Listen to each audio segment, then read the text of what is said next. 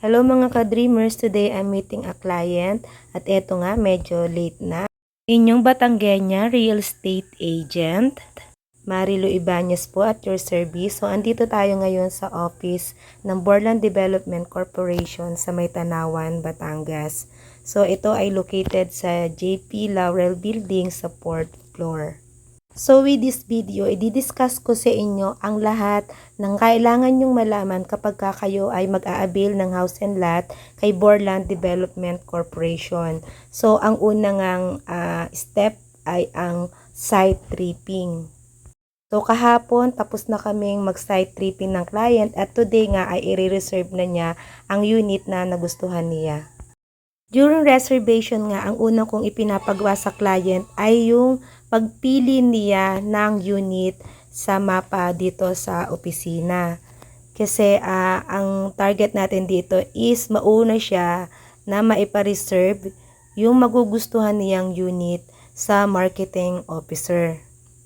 Kapag nakapili na ng block and lot, i-inform agad yung reservation officer kung ano yung nagustuhan ninyo para ma-hold na yung unit at hindi na siya ma-reserve ng iba. And then after nyan, isa-isa nang i-check yung mga requirements na dala ninyo.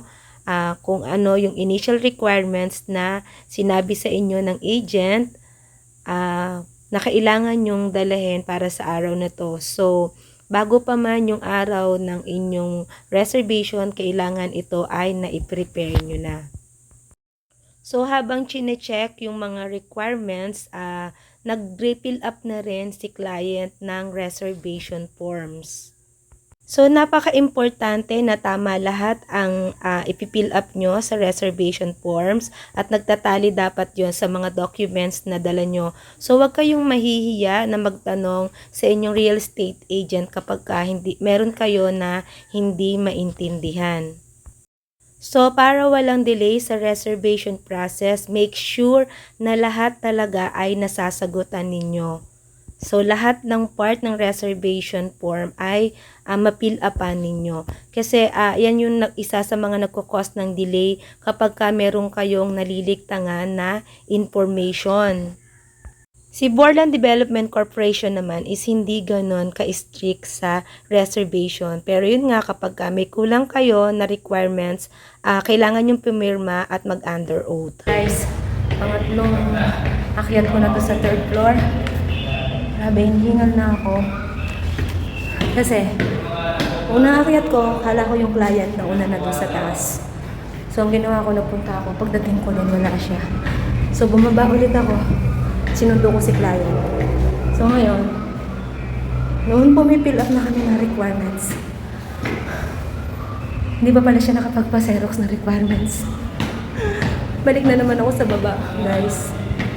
Naghanap ako ng pwede magpa-xerox ng requirements, guys.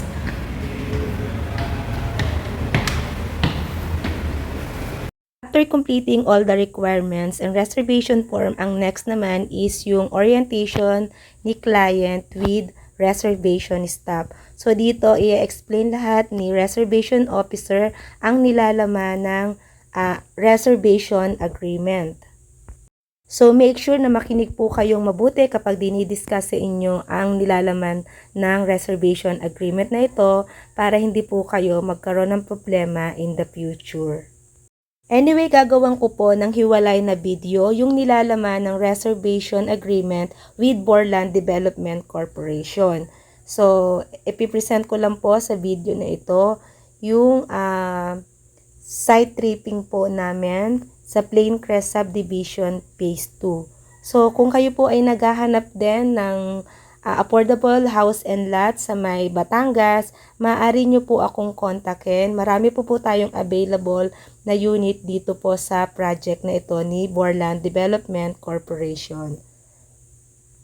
Napakaganda po ng location ng project na ito at napaka-affordable and super quality ng bahay. So ako talaga bilang isang real estate agent, sobrang nire-recommend ako yung mga project ni Borland Development Corporation. Kaya nga almost 80%, 70% siguro ng mga benta ko is galing po sa mga project nila.